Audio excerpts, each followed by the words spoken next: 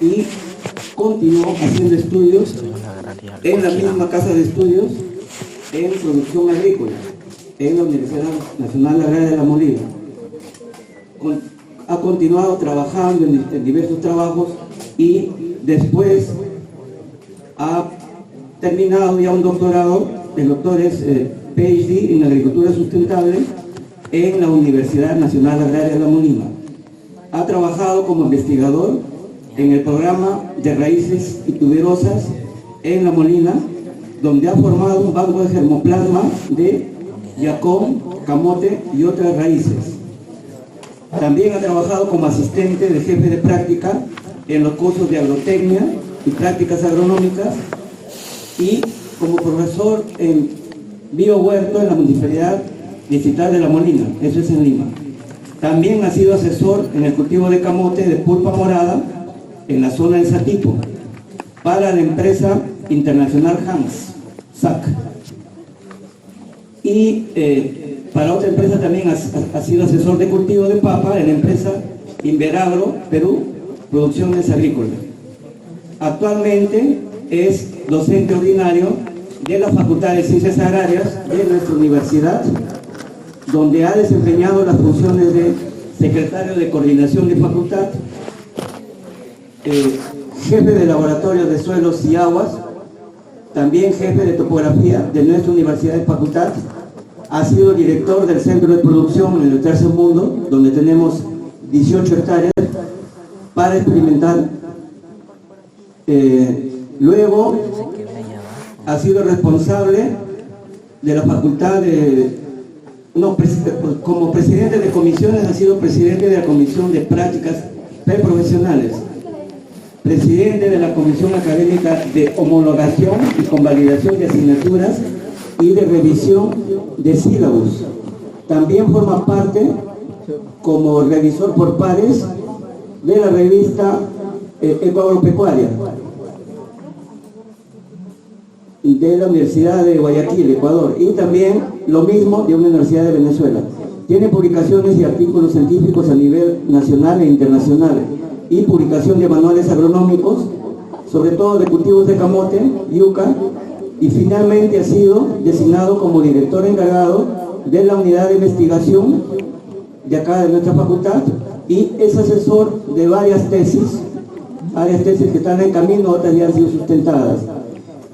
Bien, aparte de eso, yo sé exactamente que acabo de publicar un libro sobre camote, que se ha dado recientemente, en coautoría con el doctor Mario Taipe, pero el autor principal es el doctor Joaquira. Entonces recibamos con un fuerte aplauso.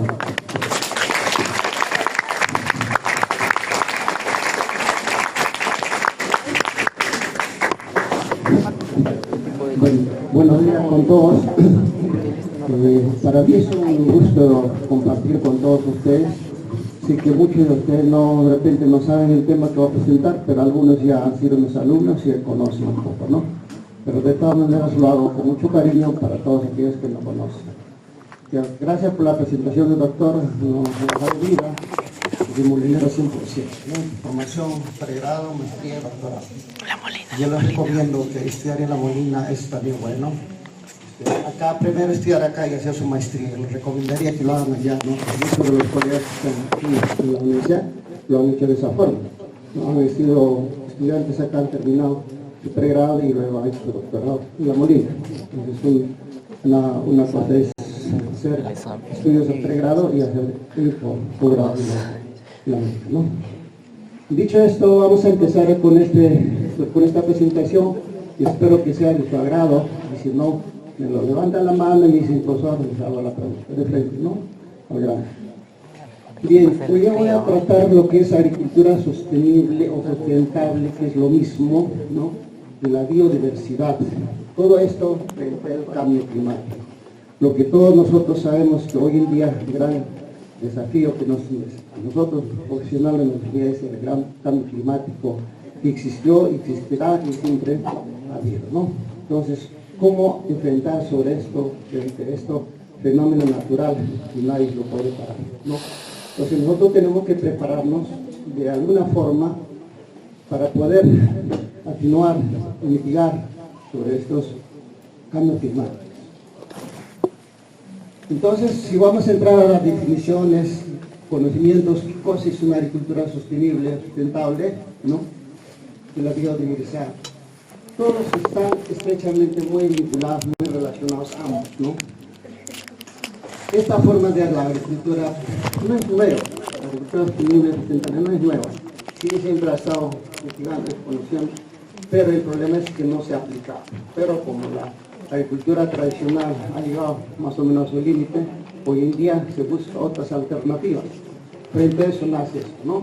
Entonces esta forma de agricultura adopta prácticas que favorecen la conservación, el enriquecimiento de la biodiversidad, ¿no? Lo que nos preocupa es la biodiversidad. Con nuestra agricultura actual, ¿qué estamos haciendo? La biodiversidad. Estamos tratando de destruirlo y eso hay que recuperarlo, ¿no? De esa forma, buscar la resiliencia, ¿no? Mediante técnicas, ¿cómo lo hacemos? Mediante técnicas conocidas antiguamente, ¿no? Que nuestros pasados hacían eso, ¿no? Rotar el cultivo. No, rotar el cultivo, no sembrar en una misma área, tratar de rotar con diferentes especies, diferentes variedades, ¿no? El uso de fertilizantes orgánicos es uno de los temas que muchas veces utilizamos los fertilizantes químicos, pero no sabemos hasta dónde está haciendo daño en el suelo, en el ambiente. Entonces lo que se busca con esto es usar fertilizantes orgánicos. En cuanto a control biológico, ahí ustedes conocen, hay varios controles, el químico, el biológico, ¿no? Control cultural, y así alternativas hay, ¿no? Pero para esto se busca con un control biológico. Y para todo esto con la finalidad de ver la salud del suelo. Cuando hablamos de salud del suelo, nosotros hablamos de que en el suelo hay un mundo de microorganismos, ¿no? Y esos son seres vivientes. Si nosotros somos como unos médicos de ellos, tenemos que cuidar la salud de ellos. Así como nosotros nos cuidamos la salud primordial de quién, a través del doctor. Nosotros los agrónomos, sobre todo los especialistas y énfasis en lo que tiene que ver con las enfermedades, viene constituido como un doctor en los microorganismos, ¿no? Y entonces de eso se trata, ¿no? De eso se potencia la polinización, por ejemplo, ¿no? Y se reducen los daños de las plantas. Mayor biodiversidad, mayor capacidad del agroecosistema para resistir enfermedades y adaptarse. Si nos preguntamos qué caracteriza la biodiversidad peruana, ese es el orgullo de todos los peruanos que nosotros nos sentimos, ¿no? Porque somos un país muy diverso en todo, de la cultura, de la raza, de los climas, ¿no? En todas formas somos mega diversos. Eso es lo que todo el país, el mundo entero se ha dado cuenta, ¿no? Que acá sí se puede hacer muchas cosas. Ustedes saben que nuestro clima cada 100 kilómetros puede variar. Aquí estamos en una zona fría, de repente en una Habana cambia. No sabemos en qué distancia cambia hasta acá, ¿no? Eso es lo que se busca, ¿no? Entonces, ¿qué se nos caracteriza? Perú alberga más o menos 25.000 especies de plantas. De las 25.000 plantas que se sabe, muchas plantas aparecen y desaparecen, sin que el hombre haya llegado a reconocer, sin que el hombre haya llegado a ver cuál es su nombre, sin que el hombre haya estudiado su taxonomía. Entonces, muchas plantas aparecen y desaparecen, ¿no? Pero cuáles más o menos tenemos 25.000 especies de plantas. Y la mayoría son endémicas, muchas de ellas son endémicas, ¿no? Sabemos que la papa es endémica de este lugar, ¿no? La tomate es endémica de este lugar, la maca es endémica de este lugar. Ahí es lo que hablaba el expositor de Payar, Silica, también es endémica de esta zona. Y así hay muchos cultivos, inclusive especies, animales endémicos del lugar, ¿no? Tenemos anfibios, tenemos una serie de mariposas. Ustedes cuando lleven curso de entomología seguramente se va a llevar a la selva, el profesor, ahí es donde van a encontrar más especies de mariposas u otros insectos, ¿no? Entonces tenemos publicidad de mariposas, inclusive hay personas que se dedican a exportar mariposas de diferentes colores, ¿no? Y es maravilloso ver diferentes colores de mariposas, ¿no? Tenemos cualquier cantidad de peces de agua dulce, ¿no? Hay cualquier cantidad de peces de agua dulce. En cuanto a ecosistema variado, tenemos bosques amazónicos, manglares, cordilleras de los Andes, páramos, lagunas, lagos, antoninos, desiertos costeros. Tenemos en realidad parques nacionales que están en conservación y esa es una zona turística, ¿no? Por ahí que la gente viene al Perú para ver esos turismos, ¿no? Hay cualquier cantidad de parques nacionales. Diversidad genética. En cuanto a diversidad genética, en el Perú tenemos más o menos de 3.000 a 5.000 variedades de pájaros, ¿no? De los cuales muchos no lo conocemos.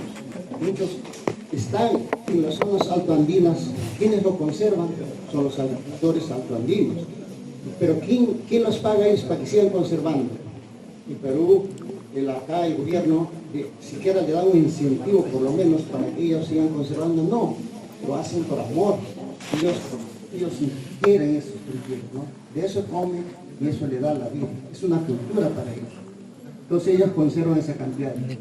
En cuanto a maíz, ya la expositora pidiendo sociedad, digamos, una vez un conocimiento amplio de lo que es maíz morado, ¿no? Y no lo sabía que era maíz morado, pero hemos visto que si los preparan, y eso nos ha dado la vuelta al mundo, como dijo el expositor. Pero de maíz, ¿cuántas especies, cuántas variedades o cuántas razas? El maíz se habla de razas, el maíz no se habla de variedades. El maíz tenemos más o menos 55 razas de maíz. O sea, hay de todos los colores. Hay maíces morados, maíces blancos, maíces tulpes, maíces de Urubamba, hay diferentes maíces. A pesar que nosotros el Perú no es originario del maíz, ¿no? Sabemos muy bien que aquí el maíz es en México, pero aquí tenemos mejor diversidad. Aquí en el Perú se ha adaptado con mucho, digamos, amplitud para que los maíces hayan crecido, ¿no? Por eso actualmente tenemos 55 razas de maíces, ¿no?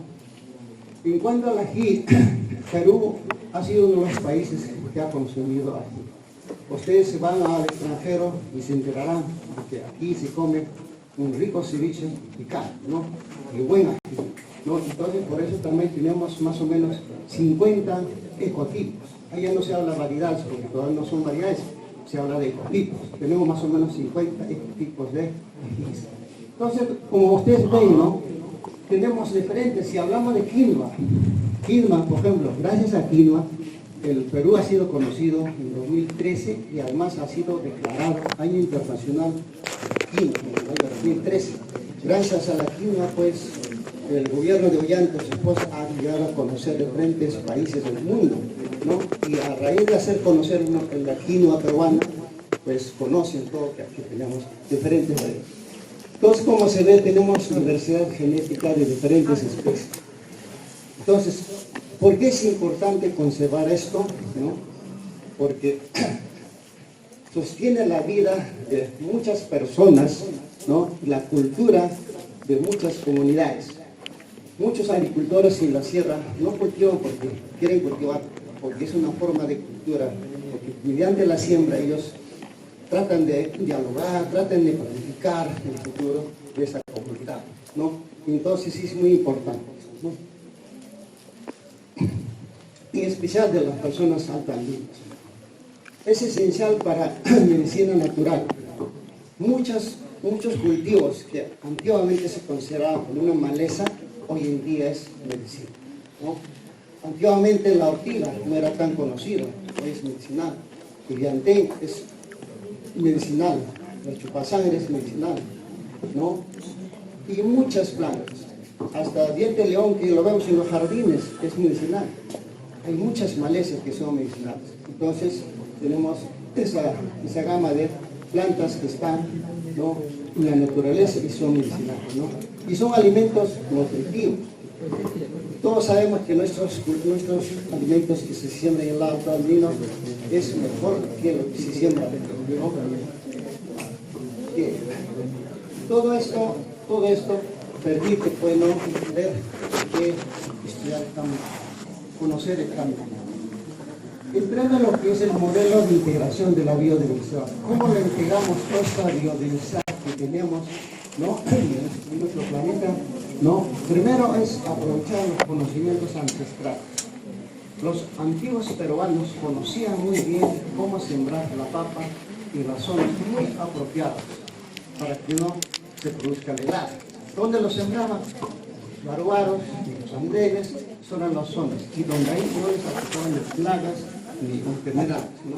Entonces conocían muy bien. Entonces, por esa razón, y por muchas razones, es bueno aprovechar, ¿no?, los conocimientos ancestrales. Fomentar la capacidad de autogestión, ¿no? Eso es lo que nos falta. Bueno, como ahora nosotros producimos, pero no sabemos comercializar, entonces esa parte nos falta bastante, ¿no? ¿Cómo capacitar a los productores? Los productores muchas veces no valoran su costo de producción. ¿Por qué? Porque entre ellos trabajan papá, mamá, hijos, vecinos y todo lo demás. Y al final a ellos no se les paga ni un centavo. Si no se les paga, no puede calcular su costo de producción, cuánto le va a costar realmente ese producto, y por lo tanto no saben el precio, ¿no? Eso también hay que aprovechar. Producción de insumos locales. Eso es lo que no hay que buscar, es que nosotros produzcamos nuestros cultivos, pero no con insumos externos, porque los insumos externos lo que nos va a hacer es que cuando escasea ya no lo tenemos. En cambio, si tenemos insumos locales, podemos aprovechar a veces que queramos, ¿no? También otra es dar prioridad a la biodiversidad. La biodiversidad es infinitamente y hay que aprovecharla.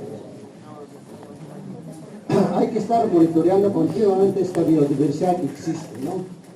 La innovación científica y tecnológica. La innovación es muy importante, ¿no? Que nuestros productos existen, pero nosotros lo vendemos tal como es, pero hay que innovar, ¿no? Buscar innovaciones y productos valores altos. Modelos de negocios sostenibles. Buscar modelos de negocios que se pueden rentar y ver, pues, ganancias para todos los productores, ¿no? Lo que hay que buscar es eso. Entonces, todas estas, digamos, modelos hay que integrarlo, de esa forma tener, pues, una integración de la biodiversidad y la agricultura sostenible. Entonces, vamos entrando lo que es, algunos que no conocen, y algunos ya conocen, yo veo caras que han llevado curso conmigo y alguna vez en la clase les he mencionado. Pero para aquellos que no conocen, ¿no?, ver, pues, que la agricultura sostenible es un sistema, digamos, ¿no?, es un sistema de producción, como cualquier sistema de producción que puede existir, ¿no?, de conservar los recursos, ¿no?, recursos que existen, ¿no? ¿De qué forma? Ambientalmente sano, económicamente que sea viable y socialmente la agricultura sostenible es promover los valores humanos, ¿no? Entonces, estos tres pilares es muy importante en la agricultura sustentable. Aparte de estos tres pilares que hay, o tres indicadores, como se dice, hay uno más, que es el indicador político, ¿no? Entonces, si nosotros hablamos de una agricultura sustentable, ya consideramos una mesa que tiene 4 patas, ¿no?, que tiene que estar bien posicionada en el suelo, ¿no? Entonces, si nosotros no lo consideramos de esa forma, si uno de los indicadores falla, no se da en la agricultura sostenible, ¿no? Entonces, si lo vemos una figura que la intersección de los tres, en el medio tenemos sostenible, si se cumple siempre y cuando que entre la sociedad y medio ambiente sea soportable, entre medio ambiente y económico sea viable, y entre económico y sociedad sea equitativo, ¿no? Entonces, de eso se trata la agricultura sustentable. Si vemos desde otro punto de vista la definición de agricultura sustentable, veremos que es un manejo y conservación de los recursos naturales y la orientación de cambios tecnológicos e institucionales de manera de asegurar la satisfacción de las necesidades humanas en forma continua para la presente y futura generación. Entonces, lo que se trata de aquí es lo que nosotros entendemos que nuestros pasados practicaron la agricultura, hoy nosotros debemos practicarlo y futuro también practicarlo, pero de una manera de conservar, ¿no? Y que si hoy nosotros practicamos un tipo de agricultura, esto sea, pues, rentable para los demás que vienen, ¿no? ¿Cómo lo hacemos? de diferentes formas. Uno de ellos es ahorro de agua, ¿no? En cuanto a lo que es el ahorro de agua, muchos de los agricultores desperdiciamos.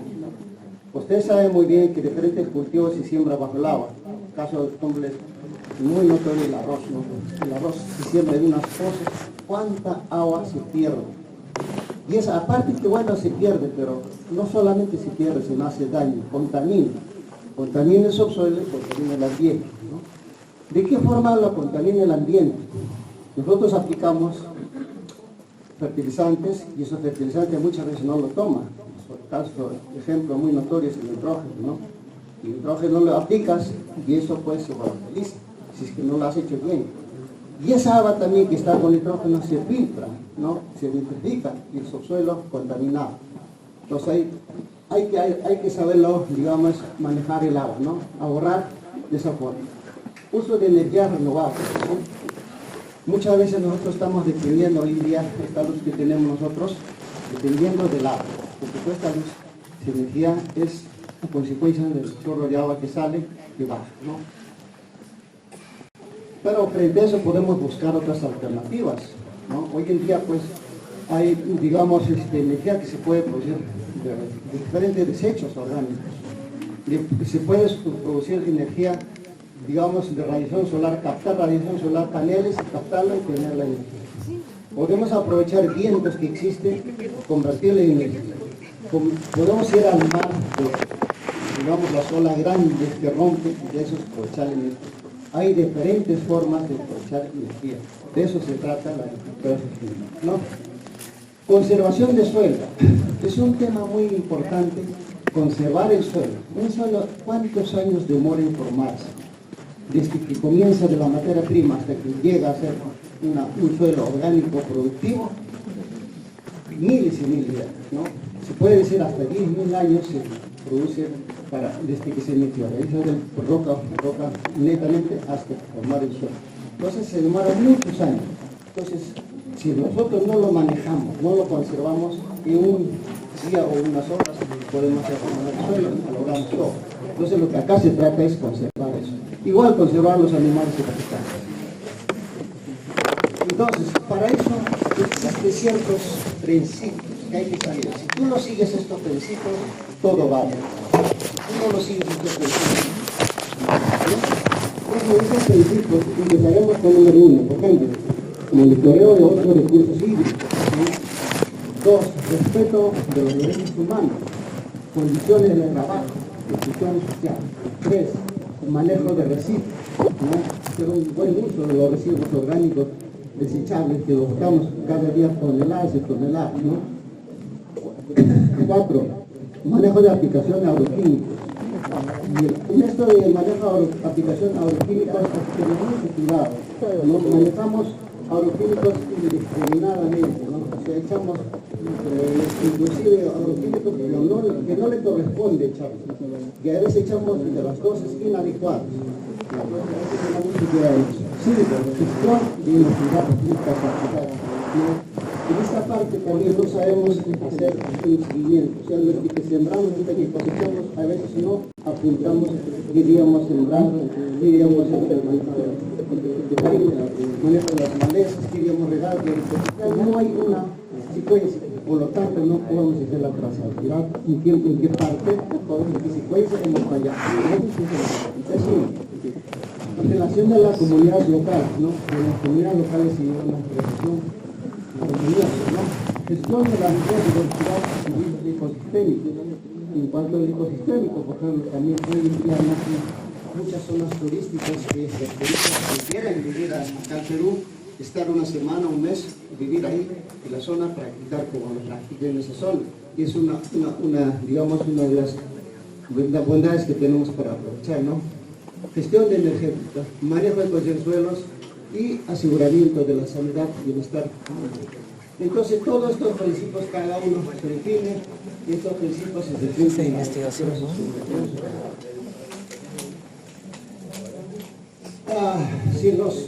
Hablando de esto, entonces finalmente diferenciamos cosas es agricultura sostenible y cosas es agricultura actual o tradicional, ¿no? Entonces, si nosotros vemos, antes de eso analizamos qué cosas son los indicadores, los 4 indicadores que hemos hablado, ¿no? ¿Qué significa lo que es dimensión económica? Un indicador económico. Una dimensión económica nos hace ver de cómo mejorar la competitividad de los diferentes actores de la cadena del valor gracias al uso de las tecnologías que optimiza el uso de los insumos, aporta eficientemente de los procesos productivos, incorpora valor agregado a los productos, ¿no? Se trata de hacer, digamos, buscar valores agregados, no vender tal como es, ¿no? Si nosotros vendemos pues un producto, por ejemplo, digamos, camote, o papa, lo que sea, o maíz, cualquier acción, ¿no? No buscar tal como es vender, sino buscar otros valores agregados, de esa forma, digamos, ¿no? Y en cuanto a dimensión ambiental, aquí optimiza pues el uso de los recursos naturales, ¿no? Reduce la emisión de gases de efecto invernadero, residuos por unidad de producción, combate los diferentes tipos de estreses en los cultivos mediante tecnologías que reducen el impacto medioambiental. Como lo ven al lado, una plantita está bien conservadita, ¿no? Pero ¿qué pasa cuando una planta, digamos, aplicas altas temperaturas o frío alto? La planta sufre estrés, ¿no? Y cuando sufre estrés ya no produce como debe ser, ¿no? ¿Qué pasa si tú no haces un manejo integral de plagas? La planta también se va a estresar. Así como nosotros nos estresamos, y cuando estamos estresados ya no sabemos cómo hacer las cosas bien. Igual las plantas también se estresan. Y cuando están estresadas totalmente, ellos ya no producen como debe ser. Su potencial productivo que lo tiene cada cultivo ya no se manifiesta. Ya está alterado y estresado. Entonces es muy importante saber también lo que es en la dimensión ambiental, cuidando toda la salud, ¿no? Siguiente, por favor. En cuanto a lo que es dimensión social, este es muy importante porque muchos agricultores no lo toman en cuenta esta parte, ¿no? Se refiere al impacto de la agricultura de las personas y las comunidades, enfocándose en la equidad, justicia social y el bienestar social. Se habla de que no es equitativo. El agricultor, digamos, en las zonas, no se les paga el precio justo, ¿no? Ellos producen y venden y muchas veces los acopiadores les pagan lo que quieran, ¿no? Entonces ellos no reciben lo justo. Entonces lo que el agricultor debe buscar es que sea esto muy equitativo y muy justo el precio de lo que ellos producen. De eso se trata, ¿no? Entonces buscar más, garantizar que la agricultura contribuya a una mejor calidad de vida para todos, incluyendo la participación en la toma de decisiones y la distribución justa de los beneficios, ¿no? Buscar, o sea, garantizar, digamos, que la vida de ellos sea, pues, como debe ser, ¿no? Porque un agricultor está muy maltratado. De todos los rubros que hay, ¿no? La agricultura es lo que menos se les paga, no se le paga al justo, ¿no? El sector minero gana bien, el sector pesquero gana bien, el sector industrial gana bien, pero el sector agronomía estamos mal, ¿no? No se nos paga el precio como debe ser, a pesar de que nosotros los agricultores producimos lo que ellos sin cultivos no tendrían vida, porque se morirían de hambre, ¿no? ¿Cómo se ha visto en la pandemia? Los agricultores son los que han sacado cara por nosotros, si no tendríamos alimentos, ya nos, en vez de morir por virus nos hubiéramos muerto por alimentos, ¿no? Falta de alimentos, escasez de alimentos. Entonces nos damos cuenta que nosotros no tenemos un rol importante en la vida cotidiana de todos, ¿no? Y por último, la dimensión política, ¿no? Si nosotros no aplicamos esta dimensión política, no vamos a poder lograr, digamos, definir lo que es la agricultura sostenible, ¿no? Porque si nosotros vamos a ayudar con nuestros principios y tantas cosas, tomamos que la agricultura y todo lo demás, nosotros vamos a ubicarnos en un lugar donde todos cultivan, digamos, en una agricultura convencional. ¿Cómo lo vamos a convencer a ellos para que ellos adopten esta tecnología sustentable? Lo primero que nosotros debemos llegar a los principales, a las autoridades de esa zona. ¿Quién será? Será el alcalde, serán los gobernadores, serán los dirigentes de las comunidades. A ellos debemos hablar primero, poner en conocimiento lo que significa la agricultura sustentable. Si a ellas las autoridades las hacemos conocer, muy fácil será hacer adoptar a los demás, ¿no? Porque si nosotros no nos vamos a la cabeza, no empezamos con esto, pues el índice, ¿no? Entonces, por eso es muy importante esta dimensión pública, ¿no? Siguiente.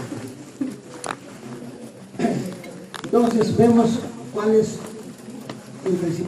son los principales objetivos de la agricultura sustentable, ¿no? ¿Cuál es la visión de seguir esta línea de la agricultura sustentable? ¿No? Uno de ellos es proteger los suelos de la erosión y degradación. Ya lo hemos dicho que los suelos para formar años y años, por lo tanto hay que conservar, ¿no? Y ustedes como agrónomos y todos nosotros como agrónomos hemos llevado cursos y llevarán ustedes cómo uno debe seguir una línea de conservación de suelo, ¿no? Entonces es importante, el objetivo es proteger los suelos. El segundo objetivo es reducir las emisiones de gases invernaderos. En esta parte de gases invernaderos, ustedes saben muy bien que no solo somos los seres humanos que contaminamos por el gas, también son las industrias, también son los motores, automotores, ¿no? Todos contaminamos. Y nosotros como agrónomos sembramos una planta y esas plantas emiten gases tóxicos. Para evitar eso, tenemos que saber aplicar con buenos fertilizantes, que no emitan tanto, ¿no? Igual los zootecnistas, ¿no? Dan alimento a los animales y los animales sueltan cualquier cantidad de gases, causa el efecto invernadero. Entonces hay que saberlo con qué alimento podemos tratar de que eso baje, ¿no? Entonces, en todo lo que estamos, digamos, el objetivo es reducir eso, ¿no? Otro objetivo es incrementar la fertilidad de los suelos. Todos nuestros suelos están degradados, están gastados y hay que renovar. Cada cultivo que sale del campo extrae una cierta tonelada de nutrientes y eso hay que renovar, ¿no? Conservar el agua, protección de hábitats naturales, ¿no? Conservar el agua. Muchas veces hablamos de que el futuro que nos, digamos, la amenaza es que va a haber escasez de agua y posiblemente guerra va a ser consecuencia del agua. Muchas veces se dice eso, pero a veces nos preguntamos, ¿será cierto? Pero si el agua, el ciclo de agua es normal. El mar evapora, se va hacia la sierra, y la sierra llueve, y la sierra regresa por los ríos, llega al mar.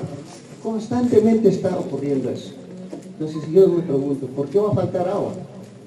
¿No? Sin embargo, se dice que va a haber escasez de agua. Hoy en día vemos que el botellón de agua que costaba 3 soles, hoy en día está a 7 soles, 10 soles. En otros países está en dólares, ¿no? Entonces la pregunta es, ¿cómo es que va a escasear el agua? Y la respuesta es fácil, porque nosotros no cuidamos nuestro ambiente, nosotros no cuidamos nuestros ríos, contaminados indiscriminadamente. Entonces el agua que va a faltar es agua normal, natural, para tomar. Agua normal, contaminada, va a haber cualquier cantidad. Agua potable es lo que nos va a faltar. A eso es no. Ahora sí entramos lo que Leonor te había mencionado, ¿no? Diferencia en una agricultura sostenible y una agricultura convencional. ¿En qué se diferencia? Ya hemos hablado de todo lo que hemos visto, entonces ya digamos con una conclusión. ¿En qué se diferencia más o menos, no? Uno con el otro. Rápidamente lo vamos a ver. Entonces una agricultura sostenible es un tipo de agricultura que se basa en la protección de la naturaleza. Al tomar en consideración los recursos naturales y servicios ecológicos tales como la biodiversidad, reciclado de nutrientes, regeneración de los suelos y prácticas de manejo integral de plagas. No solamente manejo integral de plagas, manejo integral de las enfermedades. Y si hablamos de un manejo más integrado, es manejo integrado de los cultivos, ¿no? Eso es lo que nos falta, ¿no? No sabemos cómo llevar el tema de manejo integrado de los cultivos. Ese es un panorama más grande que lo que ustedes conocemos mayormente hasta ahora con los manejos integrados de plagas y enfermedades, ¿no? Siguiente. Entonces, la agricultura convencional, comparando, ¿no? Uso de los recursos sintéticos y no renovables. Usamos por usar combustibles químicos, productos agrícolas y genéticamente modificados. Hoy en día se nos viene con una teoría de que los que hablan sobre este tema, los transgénicos, por ejemplo, ¿no? Nos vienen a contar que lo único que va a salvar al mundo entero de la hambruna es practicar aplicar lo que es la biotecnología, ¿no? Pero no es así, está bien, es una alternativa, como cualquiera que aparece nuevo, ¿no? Es una alternativa frente a lo que tenemos, pero no pueden decirnos de que es la única salvación, ¿no? Y dice que si tú lo siembras con la semilla de transgénica, nunca más vas a aplicar insecticidas, que nunca vas a aplicar herbicidas, ¿no? Y si te aplicas estas semillas, nunca te va a afectar la helada en tu papa, ¿no? Entonces son cosas que nos dicen, pero habrá que ver hasta qué punto será cierto. Nadie se ha demostrado, se les ha pedido a ellos que demuestren científicamente si de veras es bueno o no es bueno, ¿no? Pero no se ha demostrado. Siempre la intención de los monocultivos, ¿no? Como sabemos que felizmente acá en el Perú no aplicamos todo lo que es monocultivo. Muchas veces en nuestras altoandinas los agricultores siembran variedad de cultivos en una zona, ¿no? Entonces, estos monocultivos mayormente se dan en otras zonas, como Estados Unidos, en Argentina, otros lugares que siembran monocultivos tras otra campaña, ¿no? Altera los ciclos de nutrientes minerales, ¿no? Promueve la erosión de la labranza. Entonces, todo esto es la agricultura convencional. Entonces ya entramos en lo que es el cambio climático, ¿no?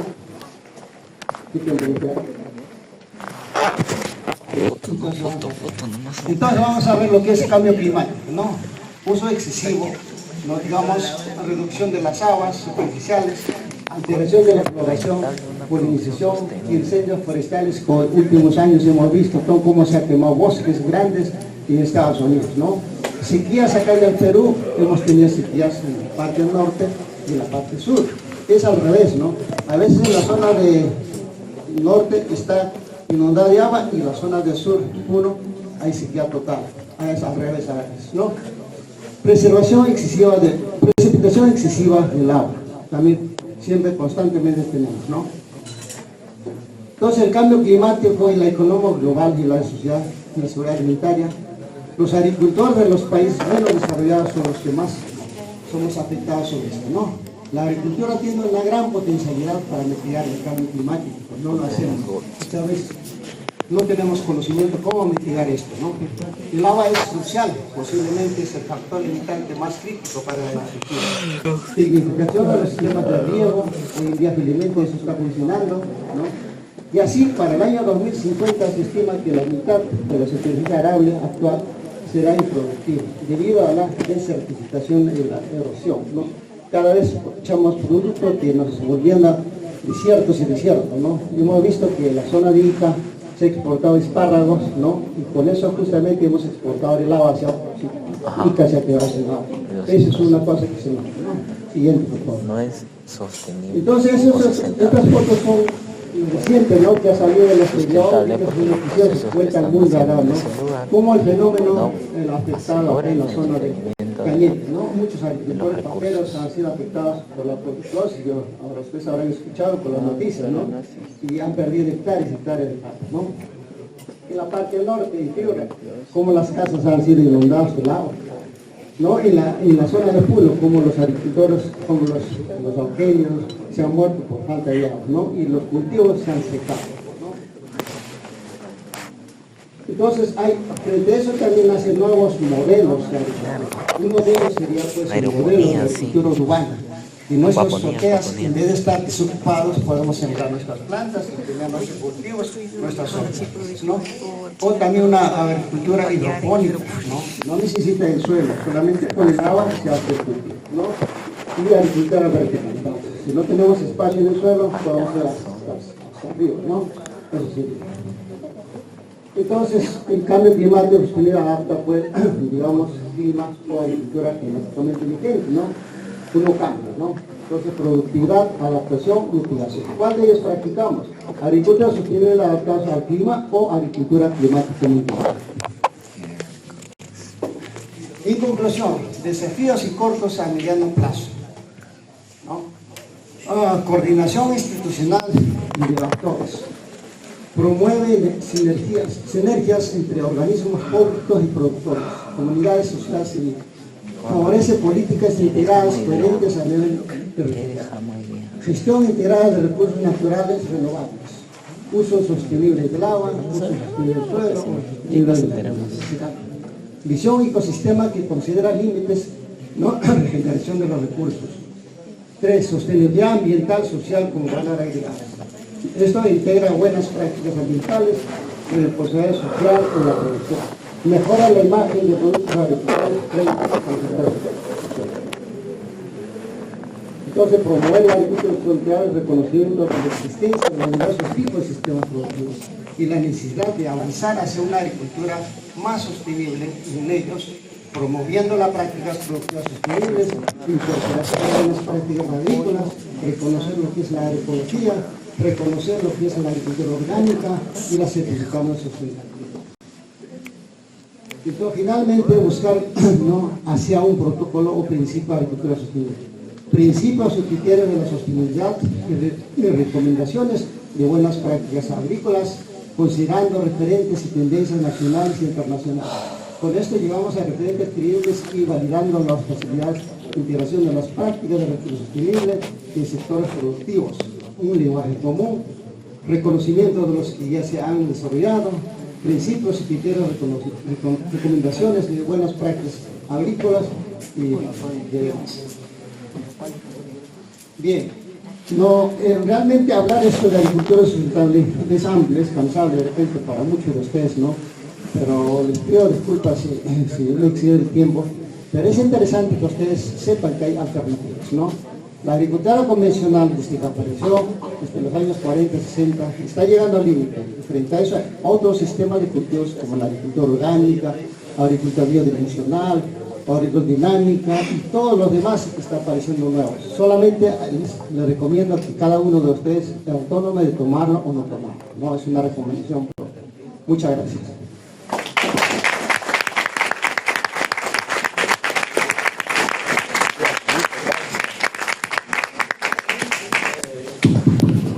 Bien, si hubiera brevemente preguntas, brevemente. A ver. Vamos a preguntar allá. Yo lo andé, me miró. Está bien, ahorita sigo yo. Buenos días, doctor. Mi nombre es Nicolás Ormeño. Me pareció muy interesante porque actualmente, como se podría, usted lo mismo que dice, ¿no? Actualmente acá en Cañete se está desertificando el suelo y es importante no usar lo que es una agricultura sostenible. Pero mi pregunta va más allá, ¿no? Si la agricultura es demasiado sostenible, que tanto nos va a beneficiar a nosotros, tanto como futuros agrónomos y personas, ¿por qué en la agronomía no se habla mucho del agua artificial? Si es algo sostenible, ¿por qué no le dan un buen uso? Muchas gracias. Y ahí acá ya. Buena pregunta, justamente hablar del uso de agua es amplio, ¿no?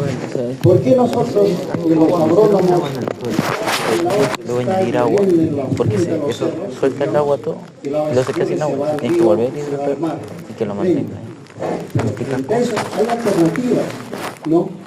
Se llama cosecha de agua, que algunas veces, gracias a este docente, a cajamarquino Pablo Sánchez, predicó, habló muchas veces cómo aprovechar esas aguas que escurren de frente al mar, construcciones de lagunas artificiales en las zonas y captación del agua, y eso se llama cosecha de agua. Hacer un río, más abajo hacer otro río, y más abajo, no, lagunas más abajo, y más lagunas más abajo, y así va viniendo desde arriba el agua, entrando laguna, y saliendo de ahí, filtrando, y así sucesivamente va aprovechando. ¿Y cuántos cultivos se puede aprovechar? ¿No? De esa forma se aprovecha. Eso se llama cosecha de agua. Que algunas veces predicó, habló el profesor Pablo Sánchez, que de paso fue mi profesor, ¿no? Y eso no se practica. Esa tecnología lo practican en algunas zonas. Algunos gobiernos han tratado de crear, digamos, proyectos para aprovechar eso, no se ha ido. Por eso está en nosotros, que podamos aprovechar. Otra forma es de que muchas veces vemos las neblinas, en cantidad está, ¿no? ¿Por qué no instalamos en los cerros captadores de neblinas? Y esos cerros, en vez de estar secos, podríamos ser verdes. Esa es una forma de aprovechar. Hay muchas formas, ¿no? Que para mí está explicando uno por uno. Por lo menos para responder a la luna, eso sería la forma de aprovechar el agua. Muchas gracias.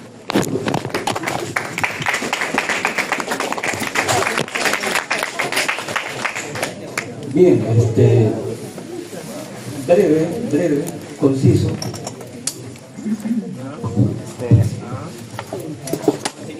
Profesor, buenos días. Mi nombre es Juan Sánchez, del séptimo ciclo. Bueno, quería consultarle por el tema de la agricultura en nuestra región, de Cañete, y qué estrategias está teniendo nuestra universidad para fomentar la sustentabilidad. Si bien tenemos, por ejemplo, aquí a nivel regional, tenemos campos de maíz, campos de camote, ¿qué programas existen de parte de nuestra universidad para fomentar todo esto, ¿no? Gracias por la pregunta, es muy interesante, es un desafío para nosotros los profesionales que vamos a salir de acá de la universidad, ¿no? Y esta zona está considerada una zona agrícola, 100% agrícola. Entonces, aquí lo que nos falta es esto, difundir lo que significa la agricultura sostenible, sustentable, si sería rentable o no sería rentable, ¿no? Para eso, felizmente ya tenemos recién, ¿no? Desde que he venido yo acá a esta universidad, no había lo que el curso se llama agricultura orgánica. Yo he creado los sílabos y estoy empezando a dictar. Recuerdo que en la primera clase que tuvieron, tuve 120 alumnos, 60 en la mañana, 60 en la tarde, ¿no? Y hasta ahora sigue habiendo demandas por esto. Actualmente, este ciclo, tengo 50 alumnos en este curso. Y para el otro ciclo, igual, tengo mañana y tarde. Entonces, hay, digamos, iniciativa o interés de saber esto. Lo que nos falta como universidad es difundir, salir afuera, ya irnos a diferentes locales institucionales, universidades o colegios o municipalidades, hacer conocer esto. Y una vez que ellos conozcan, ya podemos ser los profesionales que salgamos de acá, sería muy fácil hacer convencimiento de eso. Porque esta es una zona agrícola que muchas veces hemos aplicado productos en forma indiscriminada. Si ustedes saben que manejo integral de plagas nació en esta zona, ¿no? Porque hoy en día el manejo integral de plagas es una cosa que se conoce mundialmente. Pero ¿dónde nació eso? En primer lugar, fue en el Perú. ¿Y dónde nació específicamente? En Cañete. Porque en Cañete es lo que se aplica bastante. Entonces, con el tiempo, en el futuro, sí es una oportunidad de conocer y hacer conocer. De esa forma, podríamos, pero como institución, por lo menos hemos empezado a dictar esos cursos, ¿no? Y muchos alumnos, muchos profesionales ya van poco a poco convenciendo, ¿no? De esa forma podemos hacer cosas. Por el momento, recién estamos empezando, pero sí hay una expectativa futura que sí podemos, digamos, hacer cambiar los agricultores de esta zona para que más o menos siembren como debe ser, ¿no? Y no apliquen de forma indiscriminada. Eso sería mi respuesta. Gracias.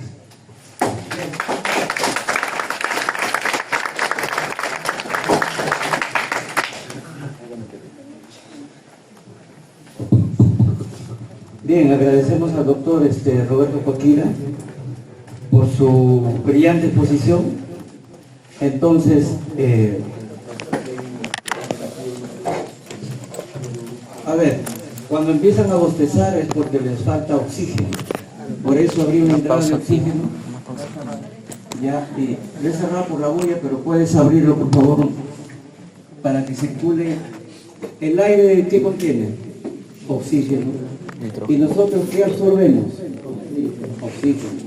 Se acaba el oxígeno y nos llenamos de CO2. Entonces, por eso te empiezas a dormir o a bostezar y eso es contagioso. Bien. Debo escribir mis preguntas, viejo. Va a haber una ponencia ahorita virtual, pero vamos a hacer de corrido. Después de esta ponencia, lo subsiguiente va a haber un break al estilo de nuestra universidad. O sea, un break así, con Pachamanca, la olla, con todo. Pero nos vamos a quedar hasta cerca de las 2 para que no sea como ayer, que después del receso vinieron 4 gatos. Más un ¿4 gatos? Entonces, vamos a hacer de corrido con un buen break Y Ya, voy a finalizamos formar las bien mi dos, pregunta, antes de ya. las 2 o un poquito después de las 2. Ya. Yo quería Para que otra se queden respuesta. todos, además, solamente nos falta Doble comedor. 2 ponencias presenciales, el resto son virtuales. ¿Ya? Bien. Ahorita Son las le toca el políticas turno al doctor Manuel Antonio Navarro Vázquez. nuestra Es doctor en riego y drenaje por la Escuela Superior de Agricultura Luis de Queiroz de la Universidad Sao Paulo, do Brasil. Tiene una maestría en Ingeniería Agrícola por la Universidad Federal de Ceará, Fortaleza, Brasil. Bien. Su pregrado ha hecho en la Universidad Nacional de San Martín en Tarapoto, en el Perú. Actualmente es profesor principal federal de educación en ciencia y tecnología de la Universidad de Ceará, en el campus Crato. Tiene experiencia en ingeniería agrícola con énfasis en riego y drenaje, trabajando principalmente en los temas de fertirriego, gestión del fertirriego, riego localizado, fertilidad del suelo y fruticultura irrigada. Bien. ¿Cómo aumentar la productividad sabiendo que hay aumento de demanda? Mayor conocimiento técnico. Felicitar a la Universidad Nacional de Cañete, a la Facultad de Ciencias Agrarias en su tercer aniversario, a las autoridades académicas, a las autoridades administrativas, también a los profesores, funcionarios y a los estudiantes. En esta fecha muy importante de sus festividades. También agradecer de una manera especial a la ingeniero Betsy Castillo Santa María por invitarme a formar parte de estas celebraciones. Ese fondo de pantalla no mata. Yo soy el doctor Manuel Antonio Navarro Vázquez, peruano también, con mucho orgullo, ahora trabajando en Brasil, y voy a compartir con ustedes el tema entonces de bombeo hidráulico en áreas irrigadas. Entonces voy a compartir con ustedes aquí este tema.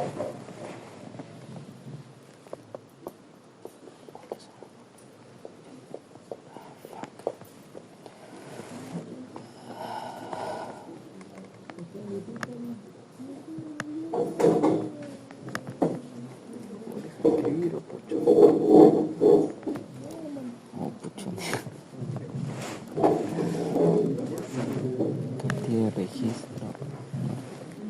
Entonces, en primer lugar, para abordar, sería importante conocer los métodos de riego. Tenemos entonces 4 métodos de riego. ¿Te acuerdas del pivote central cómo era? El riego por aspersión, que sería la aplicación de agua al suelo mediante un lanzamiento a la atmosfera Creo que sí es un tipo de riego por sobre aspersión, presión pero más significado. Se llama pivote central. de gotas de agua. Y en general, Ese pivote central, este método ¿qué tiene? también ¿Te acordabas de eso? comporta varios sistemas, y cada uno de estos sistemas tiene su particular forma de presentarse, forma de tener ahí sus componentes, especialmente con líneas principales, líneas secundarias, laterales y también los aspersores que también forman parte importante de este sistema. El método de riego, como le decía anteriormente, puede también tener sistemas por aspersión convencional fijo o temporario. Entonces las tubulaciones generalmente, las que son las líneas laterales, pueden ser entonces transportadas para otro lugar del campo. Es importante que nosotros tengamos en mente cuáles entonces son los componentes de este método y de este sistema. Primeramente nos tenemos aquí el cabezal de control o la estación de control, que luego toda la succión del reservatorio o de algún río pasaríamos por el recalque o la descarga a través de líneas principales, líneas secundarias, para luego pasar para las líneas de derivación y por último a las líneas laterales que ellos comportarían los aspersores. Entonces, para dimensionar entonces este sistema, como nosotros también es interesante que se tenga en mente cómo queremos distribuir toda el área o subáreas, ¿no? Lo que representaría a las unidades de manejo de la irrigación. Por ejemplo, aquí en el esquema nosotros tenemos 4 subunidades o unidades operacionales del riego. Esto es importante porque de esta forma, cuando dimensionamos la estación de bombeo, tendríamos ahí todos los recursos topográficos para determinar cuáles son las áreas que son más críticas, por ejemplo. Este sistema también puede ser descrito como convencional o semifijo. Algunas partes de las tubulaciones pueden estar enterradas y otras no. Entonces, algunos pueden ser transportados para otros sitios del terreno. Nosotros podemos ver aquí que el sistema se adecua también a plantas, puede ser arbustivas, lógicamente a plantas anuales también, pero teniendo en cuenta que las gotas de agua irían a incidir en el follaje y ahí tendríamos que tomar cuidado con una proliferación de plagas, de enfermedades. Entonces esto ya es una alerta que como un manejo adecuado del tiempo de riego, ¿no? Las horas de riego, eso se tiene que ir superando. También tenemos el sistema mecanizado de aspersión con desplazamiento lineal continuo. Entonces aquí vemos que la succión de agua ya va a ser por los canales de riego. Entonces estos canales de riego tienen que ser bien proyectados a lo largo de toda el área que vamos a tener las plantas. Entonces aquí también iremos a tener una estación de bombeamiento, pero esta estación de bombeamiento sería pues desplazada, ¿no? Entonces en estas condiciones esta agua tiene que ser permanente a lo largo del canal para establecer una dotación adecuada.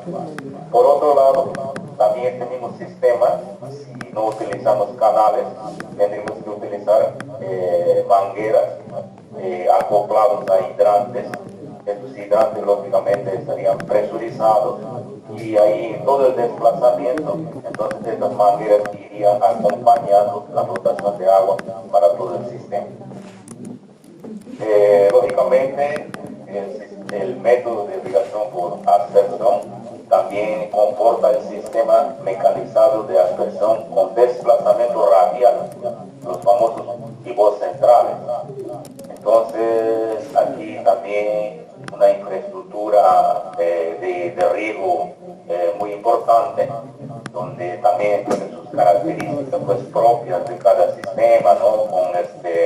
reguladores de presión para que podamos nosotros distribuir una lámina, ¿no? Una lámina de riego completamente uniforme a lo largo de todo el sistema. Entonces eso, su propia característica, ¿no? Con los lances, por ejemplo, ¿no? Y muy bien dimensionado, podemos nosotros también hacer uso y lógicamente no solamente en plantas anuales, sino también permanentes. Podemos también nosotros tener montado en una unidad de bombeo móvil. Entonces, estos son los famosos autos propelidos. Entonces va a haber un motor adicional que mediante un X cardan iría transmitir ese movimiento a la rueda y ese iría a tener un desplazamiento. Entonces aquí nos tenemos que utilizar un aspersor tipo cañón de largo alcance con mucha presión. Entonces de ahí también nos facilitaría irrigar áreas lógicamente grandes, ¿no? Una vez terminado esa irrigación, lógicamente nosotros tenemos que recoger toda la manguera y pasarnos a otro hidrante. Entonces ahí también nosotros iríamos completando así todo el área de riego. Seguramente ustedes ya tienen idea de sus sistemas, que cada uno tiene sus peculiaridades. El segundo método de riego que nosotros tenemos sería el riego por micro riego o riego localizado. Entonces aquí nosotros ya iríamos a cambiar toda la forma del primer riego, ¿no? Sobre todo porque aquí sería de baja basón y alta frecuencia. Entonces nosotros tenemos aquí, por ejemplo, ya el sistema de microaspersión. Dentro de este método, entonces el sistema de microaspersión. Entonces los emisores o los microaspersores van a tener radio de alcance menor, las presiones también un poco menor y lo que se busca es simplemente tratar de dotar agua al cultivo de interés. En este caso, aquí el artículo está mostrando que nosotros estamos irrigando fruteras, por ejemplo, ese es el cacho marañón que se utiliza entonces generalmente un microaspersor por planta o en el otro sistema que no viene aquí ya con plátano podemos tener un microaspersor dotando agua para 4 plantas. Y aquí las circulaciones también son completamente diferentes, ya son ellos ya van a ser un poco más flexibles.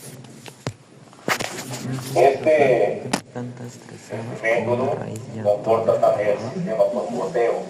Entonces aquí la aplicación de agua ya es bastante más puntual. Nosotros ya iríamos a tener una eficiencia mayor al orden de 95-98%. ¿Ok? Entonces tuvimos que tener también un gasto menor de energía, la cantidad de agua que serían dotadas a las plantas, los cultivos, sería mejor aprovechado. No hubiera, por ejemplo, evaporación directa por el viento, no hubiera sería una evaporación un poco bien baja. Pueden ser utilizadas en fronteras, muchas veces con una sola línea y aquí como están viendo los cítricos, podemos utilizar también una sola línea o dos líneas con 3 o 4 goteos por planta. Muy bien, lo que nosotros estamos viendo anteriormente son riegos que se utilizan bajo alta presión, ¿ok? Y ahí no influencia prácticamente nada la presión atmosférica. Ahora en este método por superficie, o riego por superficie, aquí no hubiera ninguna forma de presurizar el agua, ¿no? Entonces aquí la atmósfera de alguna forma está actuando por la gravedad inclusive, los desniveles, entonces ahí nosotros estamos utilizando las superficies del terreno para las dotaciones de agua a los cultivos. Y en este sentido, pues, me preguntará, ¿y qué tiene que ver con el dimensionamiento del bombeo? Claro que tiene que ver porque tenemos que dotar agua a los canales, ¿cierto? Para nosotros poder luego derivar a los surcos.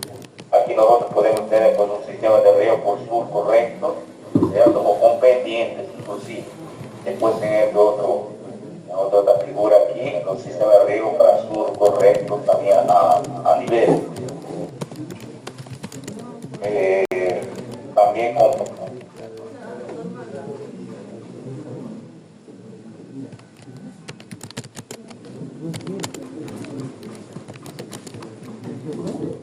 Segunda parte, perro. Bien, bien. Julio, por favor, el interruptor.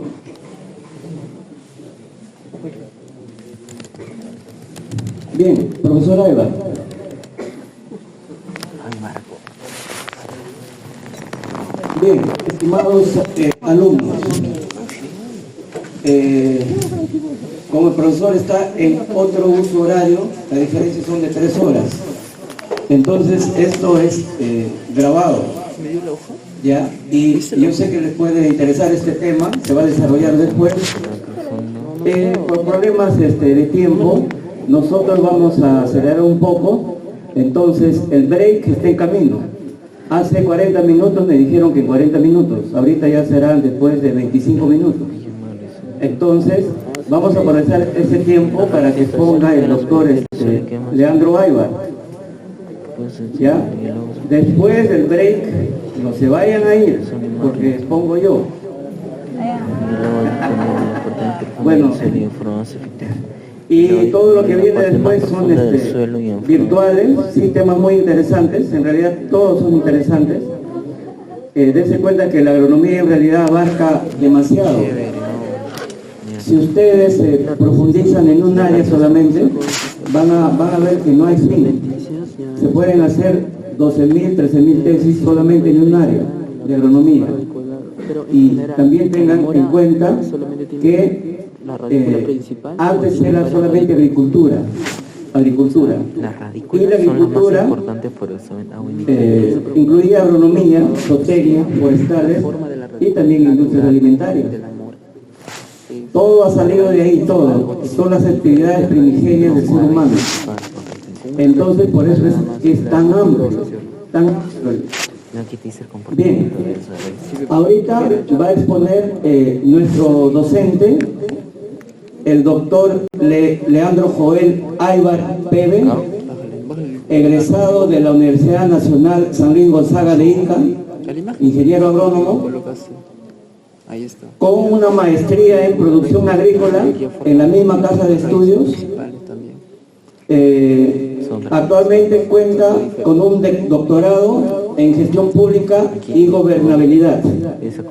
Cuenta con experiencia integral en investigación agrícola, mantenimiento y conservación de germoplasmas de leguminosas de grano. Hablamos de frijol, payar, garbanzo, arvejas y otros cultivos como maní, algodón nativo, yuca, cucurbitáceas y vid. También tiene experiencia en manejo de germoplasma, trabajos realizados en el Instituto Nacional de Innovación Agraria, INIA, y en docencia universitaria. Ha desarrollado actividades de investigación aplicada en instituciones del sector público. Actualmente es profesor de nuestra universidad. Aparte de eso, yo puedo decir que es un profesional con altísima experiencia. Si digo 25 años, es poco lo que ha trabajado en más de un INIA de acá en nuestro país. Entonces, es un experto en recursos genéticos y manejo de germoplasma, sobre todo de leguminosas y de otros. Entonces, aprovechemos a este buen especialista que tenemos acá en nuestra universidad. Adelante.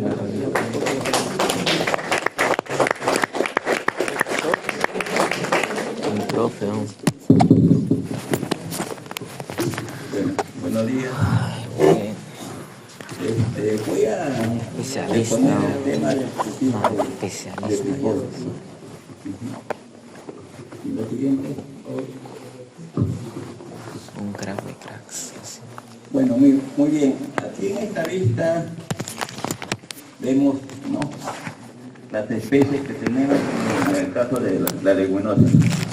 Nosotros, a nivel de Sudamérica hay 15, de las 15 nosotros tenemos 3 especies. Desde el punto de vista económico, por supuesto que el frijol, ¿no? El frijol es el cultivo que sembramos en costa, sierra y selva, ¿no? Y luego sí, los demás cultivos, ¿no? Tenemos la haba, arveja, caupín, payar, frijol de palo, garbanzo, lotado, sandaja, lenteja, azúcar y carnavario, ¿no? Y cualquier tipo de quimio, ¿no? En esta vista menciono, ¿no?, los datos estadísticos que tenemos. Como sabemos, ¿no?, Cajamarca es la primera región productora, luego le sigue Amazonas, ¿no?, Huancavelica, Yura, ¿no?, y los otros a nivel de toda el Perú. La siguiente. En esta vista menciono, fíjate, el frijol se siembra casi en todas las regiones, ¿no? Como les decía, en costa, sierra y selva. Aquí podemos ver, ¿no?, que sembramos en diferentes regiones, y por supuesto lo que destacan en este caso es Cajamarca, ¿no? También tenemos Amazonas, ¿no?, Huancavelica, ¿no?, y las demás regiones, ¿no? Y aquí completamos, ¿no?, con las demás regiones que tenemos, ¿no? Por supuesto Lima, Loreto, ¿no?, Madre Moquegua, ¿no? Y nosotros a nivel más o menos nacional tenemos algo de 68.000 hectáreas, ¿no?, con una producción de 94.000 toneladas, ¿no?, por año, ¿no? La siguiente. El cultivo de frijol. Como sabemos, este cultivo de frijol tiene muchos beneficios, ¿no? En el caso de alto en proteínas, ¿no? También es un cultivo para rotación de cultivos, ¿no? Aquí en Sudamérica somos nosotros, el Perú es un centro de origen, ¿no? Aquí en el Perú se han hecho muchas colectas, ¿no? En el caso de los frijoles, tenemos frijoles nativos, frijoles silvestres, ¿no?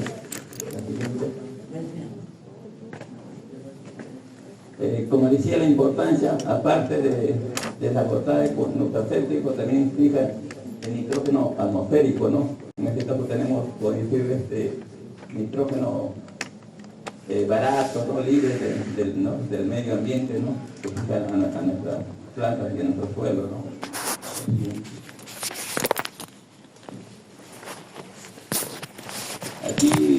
Aquí podemos mencionar, ¿no?, más o menos como ejemplo, ¿no?, en el caso de los frijoles, ¿no?, de 20 a 50 kilogramos, ¿no?, las arvejas de 50 a 150 kilos por hectárea, las pasas también, ¿no?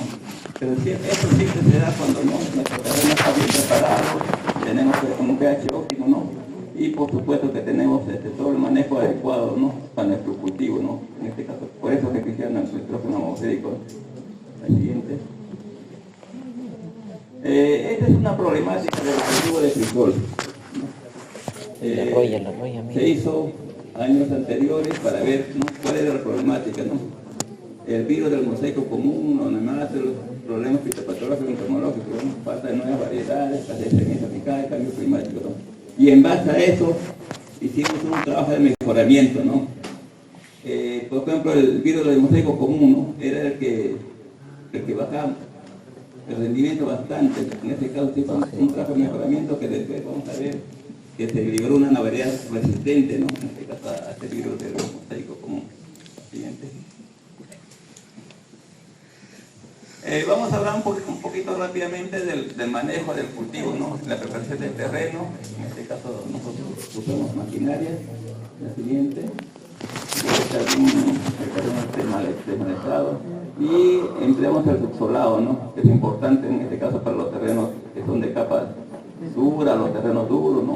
Hacer el subsolado es importante en este caso para romper toda la capa dura y para que nuestro cultivo desarrolle de forma óptima, ¿no?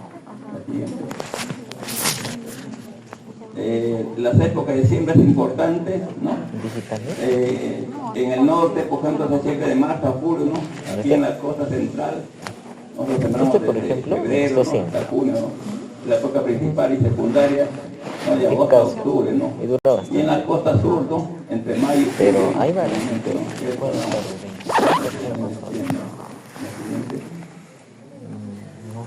Los sistemas de siembra, sembramos a surcos simples o doble hilera, ¿no? Esto depende de qué tipo de variedades, ¿no? Estamos utilizando, ¿no? Esa es la... Y la densidad de plantas estamos alcanzando más o menos 220.000 a 250.000 plantas por hectárea, ¿no? Y utilizamos en la mayoría de las variedades 50 a 70 kilos, ¿no? En el Valle de Camaná sí usan 200 240 kilos, ¿no? de semilla por hectárea, ¿no? Como sabemos, sus variedades son de grano más grande, ¿no? Por eso es la diferencia, ¿no? La siguiente. Aquí tenemos, nosotros usamos también abonadora y sembradora, ¿no? En este caso para aprovecharnos, siembra y abona, ¿no? En nuestro cultivo, ¿no? Es importante para ahorrarnos desde el punto de vista, ¿no? Se nos haga más barato. La fertilización, el frijol... Si ese está carísimo, como 500, 400 soles por ahí. Deben de 40 a 60 kilos de La toda nitrógeno, maleña, mira. Chamba de maleña, fertilización. Maleña ahora. y de 20 a 40 kilos de potasio. La tinta maleña. Es bastante absorbente. Por supuesto que también usamos una materia orgánica, ¿no? Recomendado en este caso por el laboratorio de De repente es una réplica, entonces. ¿Quién te compró aquí eso? tenemos, ¿no? La sembradora y abonadora. En este caso aprovechamos sembrar y Mira, que yo no y a veces fertilizar, ¿no? Nuestro campo, ¿no? Esto es importante para ahorrarnos, ¿no? En este caso, desde el punto de vista económico, ahorrarnos jornales y reducir el costo de producción Sí, parece. que vamos a tener. Lo siguiente. Sí, creo que es este. Los riegos, ¿no? En este caso también hay que ser de acuerdo al lugar que estamos sembrando, ¿no? La frecuencia, tener en cuenta la frecuencia de los riegos, el volumen, ¿no? En el caso de frijol requerimos poca cantidad de agua también, ¿no? Por eso es un cultivo bastante económico en el caso de agua, ¿no? La siguiente. Sí, son Los cultivos y de hierbas, ¿no? Sobre todo los casi. En este caso de la mejor manera. Al inicio usamos tractor y luego en el caso caballo, ¿no? Y mantener el campo libre de maleza, ¿no? 85, pero Aquí tenemos, a nosotros cuando empezamos a hacer el cultivo, ¿no? Empezamos a pinaria, porque la planta todavía está pequeña, nos ahorra bastante. Parece su ponencia que hizo el que miraba por YouTube.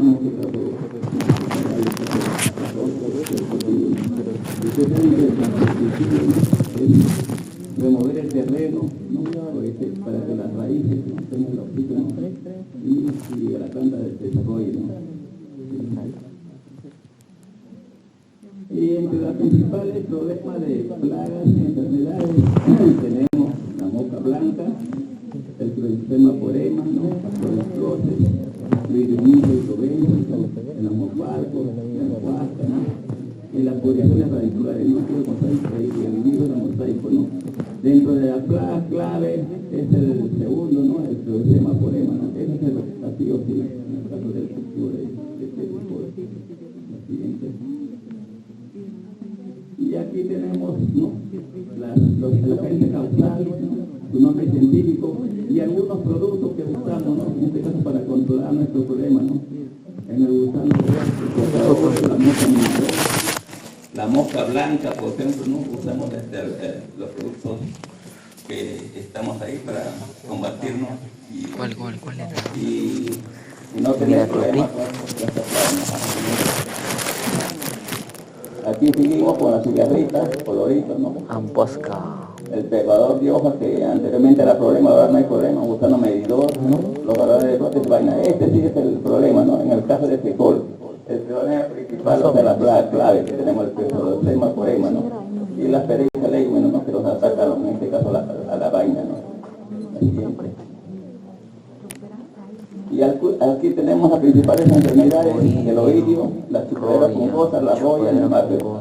En el caso de las enfermedades solamente se presenta la chupadera, ¿no?, y ahora último nos está atacando algo de roya, ¿no? Nemato en los terrenos donde es bastante suelto, ¿no? Ese es el siguiente. Y llegamos a la cosecha, ¿no? Si es área pequeña, usamos, ¿no?, en este caso manualmente, pero si es área grande, tenemos cantidad, ¿no?, y usamos la triadora, ¿no? Lo siguiente. Luego viene la limpieza, ¿no?, la selección de los granos, ¿no?, y por último el envasado, ¿no?, en este caso si es para semilla o si es para la venta, en el caso del punto de vista de producción, ¿no?, se empieza ya envasado en costales, ¿no? Y si es para semilla, ¿no?, en las bolsas que nos proporciona la autoridad. No sé si quedarme hoy día. Aquí en este cuadro lo voy a mencionar algunas clases de frijoles que tenemos, ¿no?, aquí en el Perú, ¿no? El más conocido aquí en las costas es los amarillos, ¿no?, los amarillos, los tipos canarios, que le llamamos, ¿no? Y aquí tenemos varias variedades, ¿no? El INIA ha liberado varias variedades, ¿no? El canario centinela, el canario 2000, como le estaba comentando, ¿no? También el canario el camanejo, ¿no?, el canario libre de 8120, 8130, ¿no? Son las variedades más comerciales que se tienen en la costa central y sur, ¿no? Aquí tenemos el famoso canario camanejo, famoso digo porque se siembran buenas áreas en Arequipa, ¿no? Por eso se llama camanejo, ¿no? Son de hábitos determinados, ¿no?, y bastante comerciales, ¿no?, que encontramos en el mercado.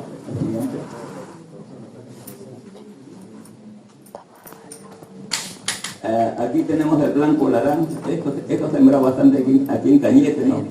Los blancos generalmente se siembran para vaina en verde, ¿no?, y como secundariamente para seco, ¿no?, en este caso para aprovechar, ¿no? El larán mejorado de INIA y tenemos el blanco larán, ¿no? Y el larán mejorado de INIA, ¿no?, es una variedad resistente al nematodes, ¿no?, la única variedad que existe en el Perú como que tiene resistencia al nematodes, ¿no? Aquí tenemos el amarillo doctorado, ¿no? Este básicamente, ¿no?, lo siembran en este caso en la parte de la zona productora de la sierra, ¿no?, en Cusco, ¿no?, y en Selva Alta, ¿no? Tenemos dos variedades, ¿no?, el jacinto y el porín, ¿no? El amarillo regional, ¿no?, de igual manera, básicamente está en la selva alta, ¿no?, la Martín, ¿no?, Ucayali, ¿no?, el amarillo taraposo, ¿no?, el ucayalino, ¿no?, más conocida variedad de ellos. Aquí tenemos el alubia, Ucayalino. básicamente también en los valles de la sierra, ¿no?, en Cajamarca, ¿no? Bueno, ¿de dónde es tu familia? ¿De Cañete? Tenemos el alubia 3011, el pave, ¿De Lambayeque? criolla y el frijol cápsula, ¿no? Ayacucho. Tenemos el blanco arriñonado, ¿no?, las cosas que tenemos acá en las cosas centrales, ¿no? Tenemos el guapo, ¿no?, y el blanco, ¿no? Son dos conocidas que tenemos. De Arequipa y del norte, Aquí de tenemos Lambayeque. el blanco caballero, ¿no? De Piura. Lambayeque, Piura. Es un hábito 4, ¿no? Los hábitos 4 son trepadores. son mis el blanco ancestros. Sacantay es más conocido, ¿no? Que siembra prácticamente en la sierra, en la Apurímac, ¿no? En Amantaya, en la Guaya, ¿no? La siguiente. Soy arequispeño. El blanco mediano, ¿no? Sí, pero tú eres un suyo, así. Que tiene Conti suyo, colla en el suyo. norte, también en la sierra y en Anti selva alta, ¿no? Tenemos ahí 4 variedades que tienen acá en el Perú, ¿no? El bananito redondo, ¿no? Claro, Un grano pequeño. ella representa el imperio inca. Cada uno un poco siempre, ¿no? La cosa, ¿no? Seguimos con los bananitos también, de línea de Cajabamba, ¿no? El bananito mejorado, ¿no? Uy, ¿qué sabrá un Aquí frijol tenemos de el esa baño, variedad, no? donde continúa baño. Sabrá más rico. Básicamente en el norte, ¿no? Un El seco baño así. Mochica, Cacamal, Seco con arroz y frijoles. Piura, ¿no? El Valle de los Malleques y el Valle Florida, ¿no? Son variedades que han liberado de línea, ¿no? La mayoría de las variedades que estamos viendo acá han liberado de línea, ¿no? Gracias a los trabajos de mejoramiento que se han hecho,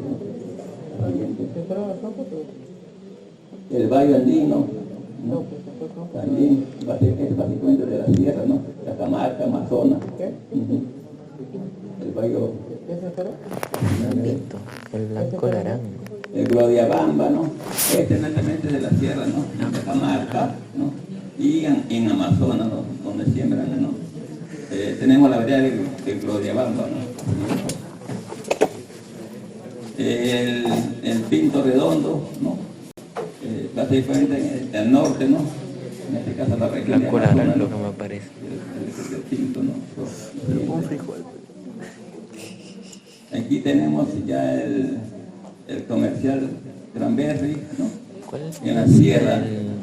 ¿Cómo se llama? También en los valles Determinado, interandinos, indeterminado, ¿cómo se llama? también El parámetro de en la crecimiento. costa, ¿no? Tenemos 2 variedades, ¿no? El crán y el pinto, ¿no? El hábito. Acá tenemos este frijol, ¿no? También casteado en la sierra y en la costa, ¿no? También tenemos dos variedades, ¿no? Frijol, de frijoles, ¿no? La siguiente. Aquí también tenemos otra variedad, ¿no? El rosado pequeño. Este básicamente es de la selva, ¿no? San Martín, Ucayale, ¿no? La siguiente. El rojo arrinonado, ¿no? Sí, En bueno. la sierra, tanto central como sur, ¿no? Ya. Y en la selva, ¿no? Tenemos ahí 6 variedades de esta. Gracias por la propina. De este tipo de frijoles, ¿no? Los rojos. La siguiente. El rojo coteado, ¿no? En la sierra tropical, Este rojo en la selva alta, coteado. ¿no? El Inía 17, ¿no? No está, se fue.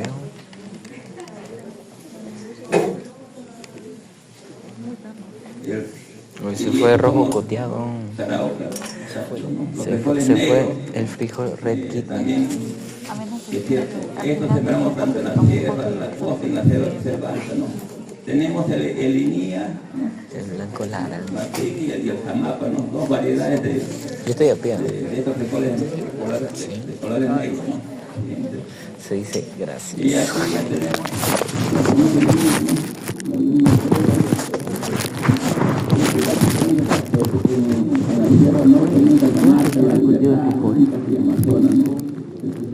Otro cultivo alrededor. ¿Cuál es el mejor? No, pero ¿cuál es el mejor? Soya también, básicamente en la sierra sur. Todas las líneas El metro de leguminosa compiten con nitrógeno. Me fijo. productos pero no revientan, ¿no? Porque esos son frijoles reventones, ¿no? La siguiente. Interesante, ¿no? El chache poroto, también básicamente en la sierra sur, ¿no? Cusco, Apurímac, Ayacucho, ¿no? La batita, ¿no? Poroto también, en la sierra, ¿no? Cusco, Apurímac, la ñuña jabonada, ¿no? Poroto, ñuña, como se dice, ¿no? Básicamente esto sería también igualmente la sierra Cajamarca, la Libertad, Amazonas, ¿no? Blanco lara, frijol, PDF. La ñuña blanca, ¿no? De igual manera, Cajamarca, La Libertad, Amazonas, ¿no? Son especies las siguientes que se tienen en la tierra, ¿no? La ñuña negra también hay, ¿no? En Cajamarca, La Libertad, Amazonas, ¿no? La siguiente. También el corozo, ¿no? Básicamente se siembra en la Sierra Sur, ¿no? Tenemos 4 variedades de ñuña, ¿no? De ese tipo. En el corozo, la siguiente. Y luego voy a mencionar rápidamente los trabajos que estamos llevando, ¿no? Específicas para cada especie. Sin embargo, cada leguminosa suele preferir una cepa de rizoma. El objetivo, ¿no? Es hacer la regeneración, creación y evaluación, ¿no? de accesiones, ¿no? Eso fue el año pasado, ¿no? Con 176 el marco de accesiones, plantación ya no sería por surco, sino sería arbolado nomás. Se hizo en Yo quiero que todo mi campo esté lleno de leguminosas, ponle así.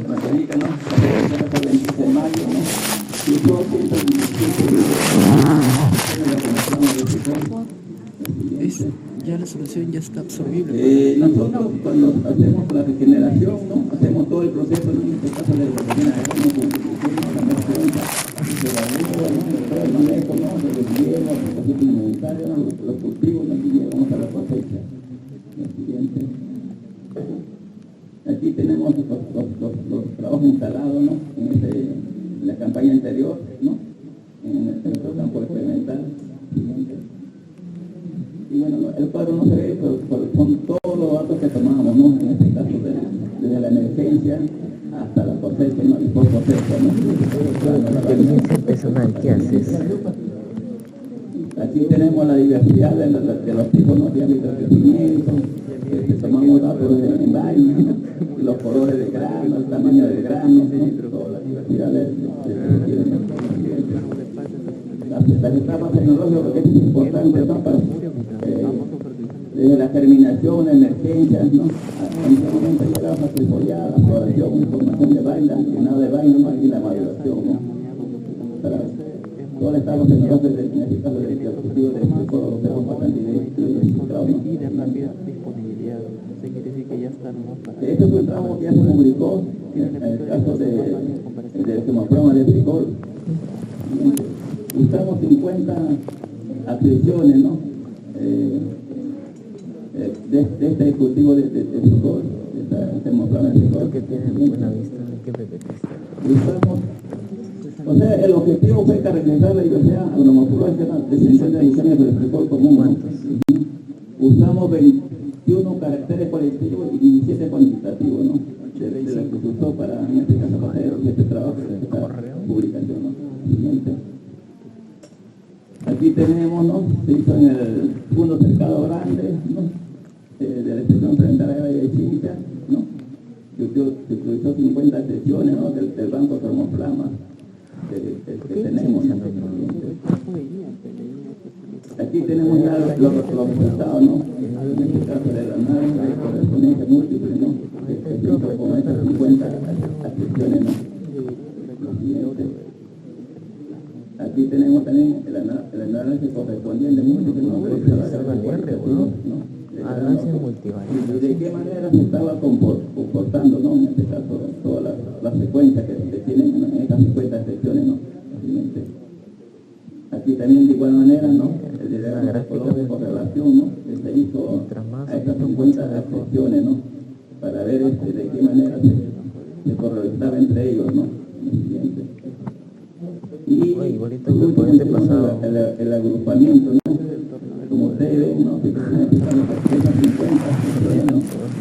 Se agrupó en 5 grupos, ¿no? En este caso hubo 5 grupos de esas 50 secciones, ¿no? Y los resultados, ¿no? Reveló que la mayor diversidad de los redes fueron cualitativos, ¿no? El cuerpo, el elemento de la sala, la nemetama, el color verde de la vaina, como la fueron previamente el veneno, y el color primario de la semilla, ¿no? En los caracteres cuantitativos se robó longitud de hipocotilo, longitud de epicotilo, ¿no? Ancho de la vaina, longitud de ápice de la vaina, y esa floración que se tiene y el rendimiento, ¿no? De igual manera continuamos con los resultados, ¿no? Y después a las correlaciones, ¿no? Positiva para la longitud de vaina, la longitud y el ancho de la semilla, y el dependiente principal indicó que las condiciones Necesito aplicar esa metodología de Pearson. Describir la diversidad robusta del sector como un contribuye al conocimiento de esta especie del cultivo, ¿no? Lo cual es esencial para la diferencia de mecanismos para su conservación, ¿no? Y como conclusión, ¿no? Hubo diversidad, ¿no? en estas 50 sesiones, tanto para los caracteres cualitativos y cuantitativos, influenciados frecuentemente por Lexero, ¿no? Eso, lexeras.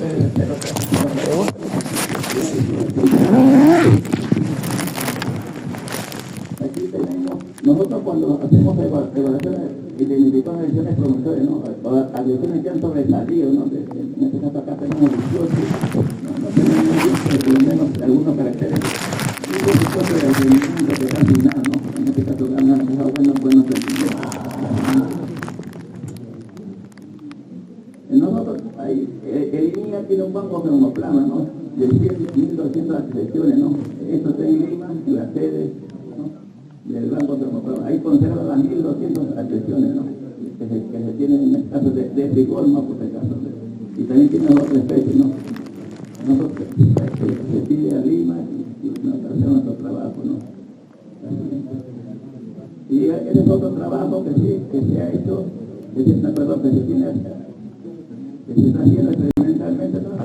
Ensayo de informe de rendimiento, ¿no? Ensayo de rendimiento de diferentes bioestimulantes. Ese trabajo se está haciendo, ¿no? En el estudio cercado y la ley de siembra ha sido el 9 de abril, ¿no? De este año, ¿no? Se está empleando total 8 tratamientos, ¿no? 6 agresiones productores de forma 2 sentidos, ¿no? No, la parte metodológica. Ese es el diseño que se emplea, que es el diseño ¿no? Con 4 repeticiones, ¿no? Longitud grupo 6 metros, número de grupo 5, ¿no? Distanciamiento Lo presenta. Una fotito.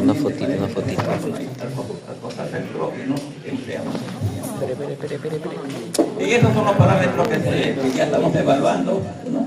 Mira, afina más viejo, no te rayas, colocas todo, colocas unas partecitas nada más, para que no sature. Y así tú esto. Peso sin semillas, peso total de semillas, número de nódulos, siguiente. Y acá tenemos algunas fotos, estas son fotos que la tomé recién ayer, ¿no? De nuestro campo experimental, ¿no? De los experimentos del sector que estamos haciendo, ¿no? Aquí ya vemos, la mayoría, se está haciendo 3 experimentos, ¿no? Que tenemos en este caso en el campo experimental de química, ¿no? También recordarles que como la vivienda de gran importancia, ¿no?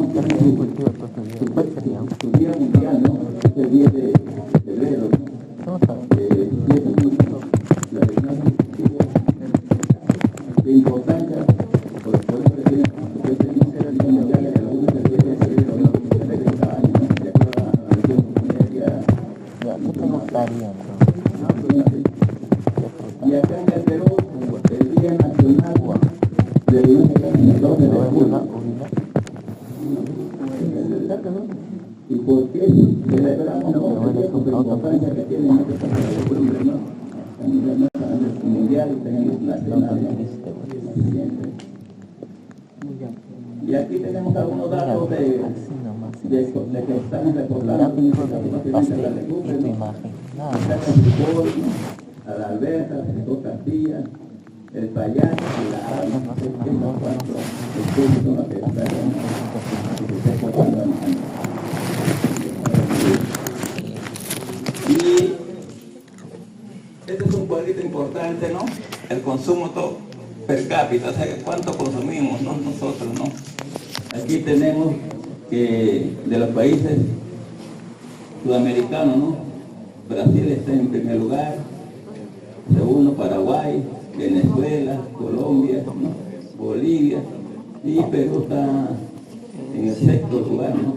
Y así sucede en los demás lugares. Hay que comer O sea, más que no frijol como con seco. opinión leguminosa nosotros, ¿no? En cambio, Brasil, Te da lo que más gases. consume a nivel de América, ¿no? Paraguay de igual manera, Venezuela, Colombia, Bolivia, ¿no? Y Perú está dado, ¿no? Y por supuesto que el país que menos personas es Ecuador, ¿no?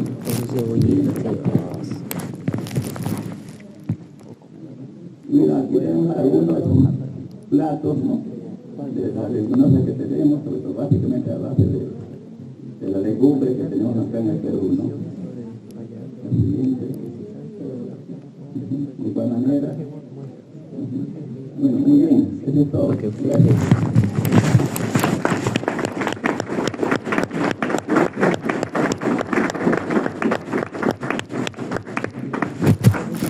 Muy bien, muy buena exposición de nuestro especialista.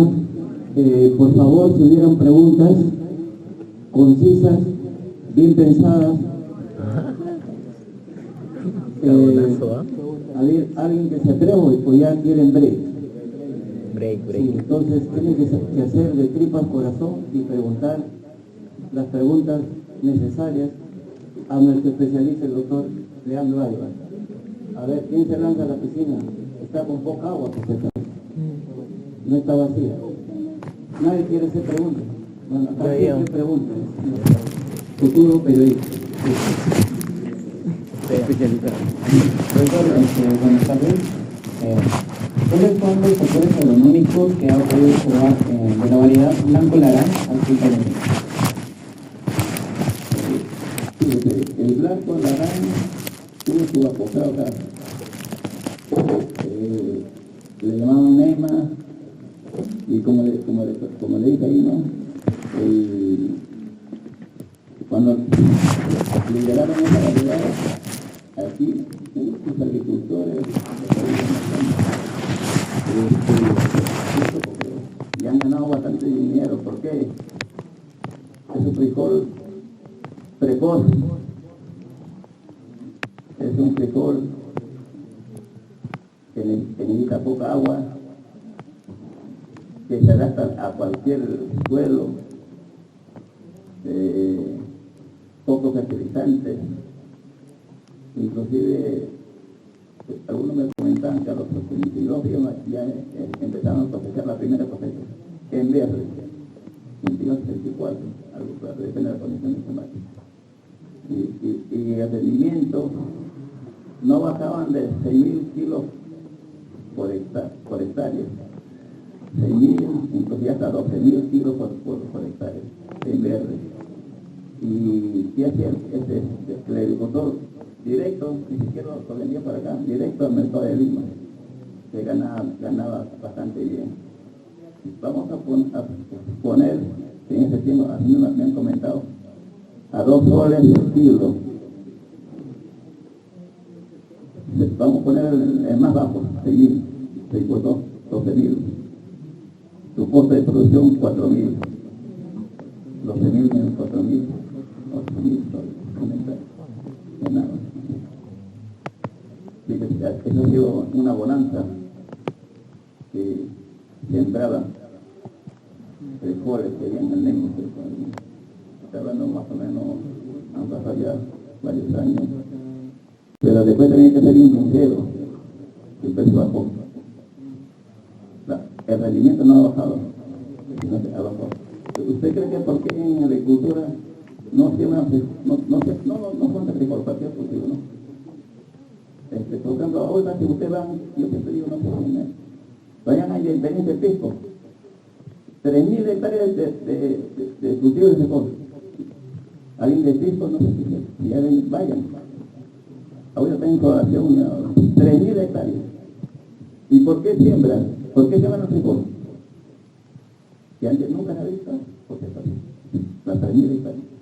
¿Por qué siembran? Porque están ganando. Dicen que ellos vienen a 7 soles, hace 2 años, a 7 soles el kilo. Se rinde 2.500, multipliquen 2.500 por 7.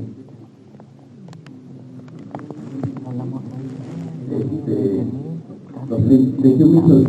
15.000 soles. Su costo de producción 5.000 soles. Eso fue hace 2 años. El año pasado creo que bajó hasta 5 soles. Pone 5 soles. Ya pone 2.000 kilos. Serían 10.000 menos 5.000 por hectárea. Vayan a Pico, ahí está en Pico está sembrando por 3.000 hectáreas en esta campaña. Ahora está en flotación. O sea que el frijol, ojo por si acaso que así como le mencioné, no. Es un alimento. ¿Usted cree que por qué el cuadro que le mostré, quién es en el fútbol?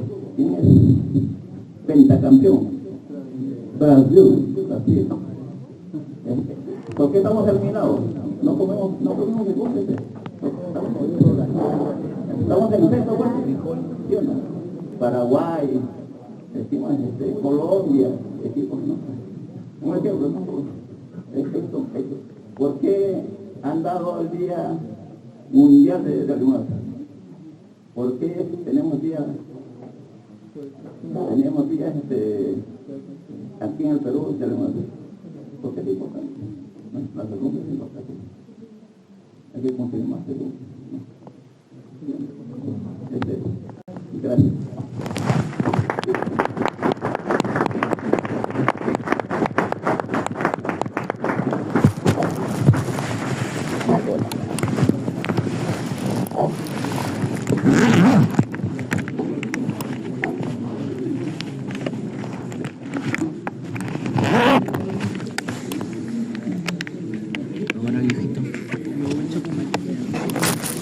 ¿Qué?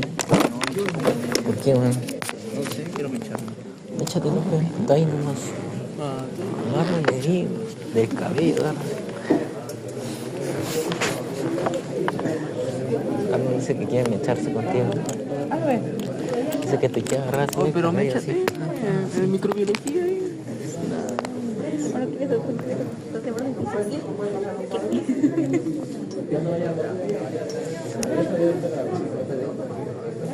¿Cómo se llama ese profe? ¿El pelado?